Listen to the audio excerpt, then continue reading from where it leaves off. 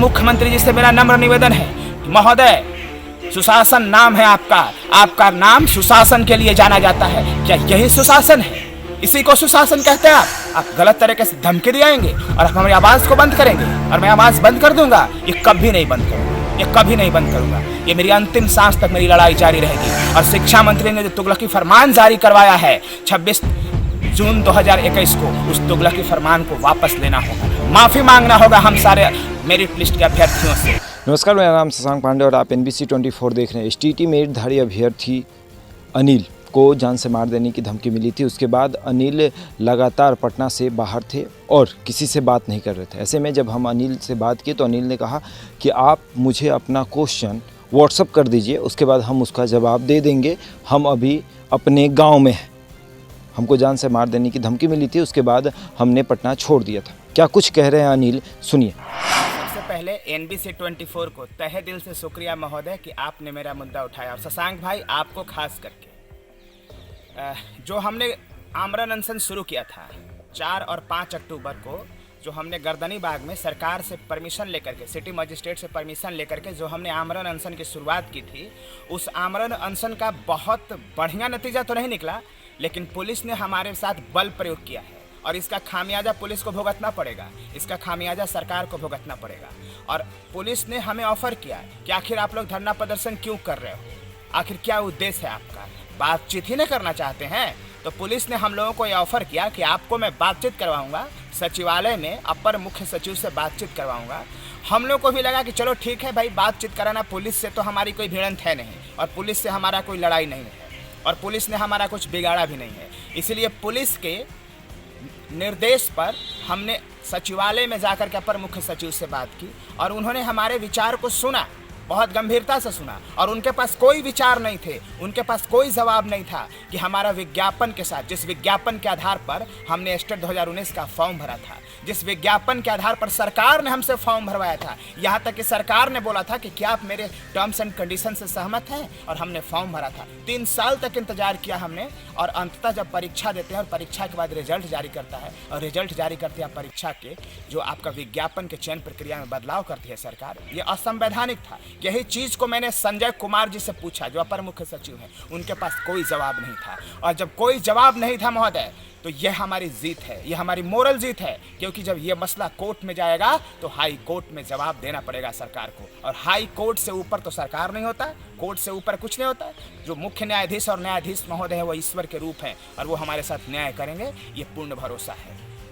दूसरी बात यह है कि जो भी मैं मुखर होकर के अपने शिक्षा मंत्री जी के काला नीतियों के खिलाफ, गलत नीतियों के खिलाफ मैं बोलते रहता हूं, वो कोई गलत नहीं है। मैं क्या बोलता हूं कि जिस विज्ञापन के आधार पर मैंने फॉर्म भरा, जिस विज्ञापन के आधार पर मैंने 3 साल तक इंतजार किया, उस विज्ञापन को आप रिजल्ट के बाद चयन प्रक्रिया को निरस्त कैसे कर सकते हो, चयन प्रक्रिया को बदल कैसे सकते हो? ये कोई गलत जवाब नहीं है। और मैं तो कई बार कह चुका हूं कि शिक्षा मंत्री असंवैधानिक काम कर रहे हैं, एक संवैधानिक पद पर रह करके शिक्षा मंत्री असंवैधानिक काम कर रहे हैं और इसको हम कतई बर्दाश्त नहीं करेंगे, इसको हम कतई बर्दाश्त नहीं करेंगे। तो मैं डरने वाला नहीं हूं। मेरे ऊपर एक फोन कॉल्स आते हैं, सबको पता है, और मुझे अभ्रंश गालियां दी जाती है, क्योंकि मैं सब इंसान हूं, मैं एक जिम्मेदार इंसान हूं, मैं संविधान के दायरे में रह के बात करना चाहता हूं, इसलिए मैं गाली तो नहीं दे सकता, गाली नहीं दिया, लेकिन जो कुछ भी मुझे जान से मारने की धमकी मिली, मुझे यहाँ तक बोला गया कि अगर शिक्षा मंत्री के खिलाफ आप बोलोगे तो इसका खामियाजा बहुत ही बुरा होगा। और मैंने गांधी मैदान थाने में संज्ञान दिया है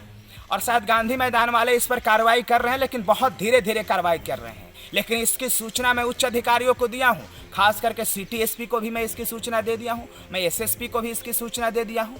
अब DGP के पास नहीं गया हूँ और अपर मुख्य सचिव जो गृह विभाग के हैं उनके पास नहीं गया हूं, मैं उनके पास भी जाऊंगा। और अंत में मुख्यमंत्री जी, राज्यपाल, चाहे उच्च न्यायालय, उच्चतम न्यायालय की बात हो, चाहे राष्ट्रपति, छोड़ेंगे नहीं, बस छोड़ेंगे नहीं। कौन माई के लाल पैदा नहीं लिया जो अनिल को गाली देकर रह जाएगा।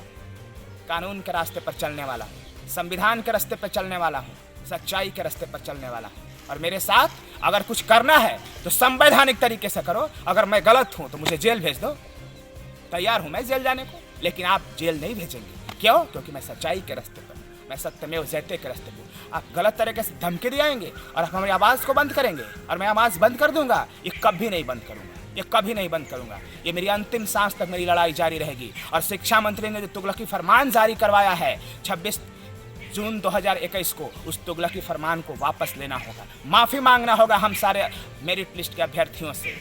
और मेरी आगे की रणनीति होगी, हम लोग सभी जितने भी स्टेट 2019 के 30,675 मेरिटधारी अभ्यर्थी हैं, ये हम लोग अभी निर्णय करेंगे और निर्णय कर करके हम लोग आगे की रणनीति पर विचार करेंगे। और सब जो कुछ भी निर्णय हम लोगों का होगा वो सभी पत्रकार बंधुओं को मैं इसकी जानकारी दूंगा। लेकिन एक बात तय है, मैं बिहार के 12 करोड़ जनता को, 30,675 विद्वान अभ्यर्थियों को और सारे राजनेता और सियासतदानों को मैं बताना चाहता हूं, सारे बुद्धिजीवियों को मैं बताना चाहता हूं कि आंदोलन कभी खत्म नहीं हो सकता, ये आंदोलन कभी खत्म नहीं होगा, ये आंदोलन एक क्रांति होगी।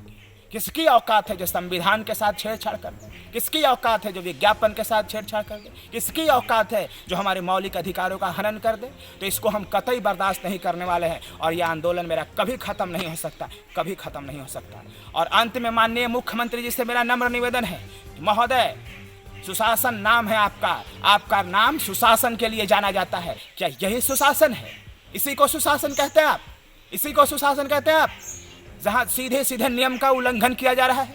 शिक्षा मंत्री संविधान को हाथ में ले रहे, शिक्षा मंत्री कानून को हाथ में ले रहे, शिक्षा मंत्री अन्याय और अत्याचार कर रहे हैं, क्या यही सुशासन है? इसलिए माननीय मुख्यमंत्री जी से मेरा नम्र निवेदन है कि शिक्षा मंत्री जी पर अविलंब रोक लगाया जाए, उनके जो गलत काम है उन पर अविलंब रोक लगाया जाए महोदय, और स्टेट मेरिट लिस्ट को जल्द से जल्द नियुक्त किया जाए और संविधान का पालन किया जाए, विज्ञापन का पालन किया जाए महोदय, यही मेरा नम्र निवेदन है। तो सुना आपने, साफ तौर पर अनिल कह रहे हैं कि हमने जो आमरण अनशन किया था उसके बाद पुलिस ने हमें बुलाकर कहा था कि आप अपर सचिव से बात करना चाहते हैं, हम अपर सचिव से आपकी मुलाकात करा देते हैं। लेकिन अपर सचिव से मुलाकात करने के बाद भी हमें कोई फैसला नहीं सुनाया गया और फिर हम लोग को उस रास्ते पर छोड़ दिया गया और फिर हम मजबूर हैं, हम फिर से सड़कों पर उतरेंगे, आंदोलन करेंगे और अपनी मांग मनवा कर रहेंगे सरकार से कि हमारी मांग को जल्द से जल्द पूरा कर दिया जाए।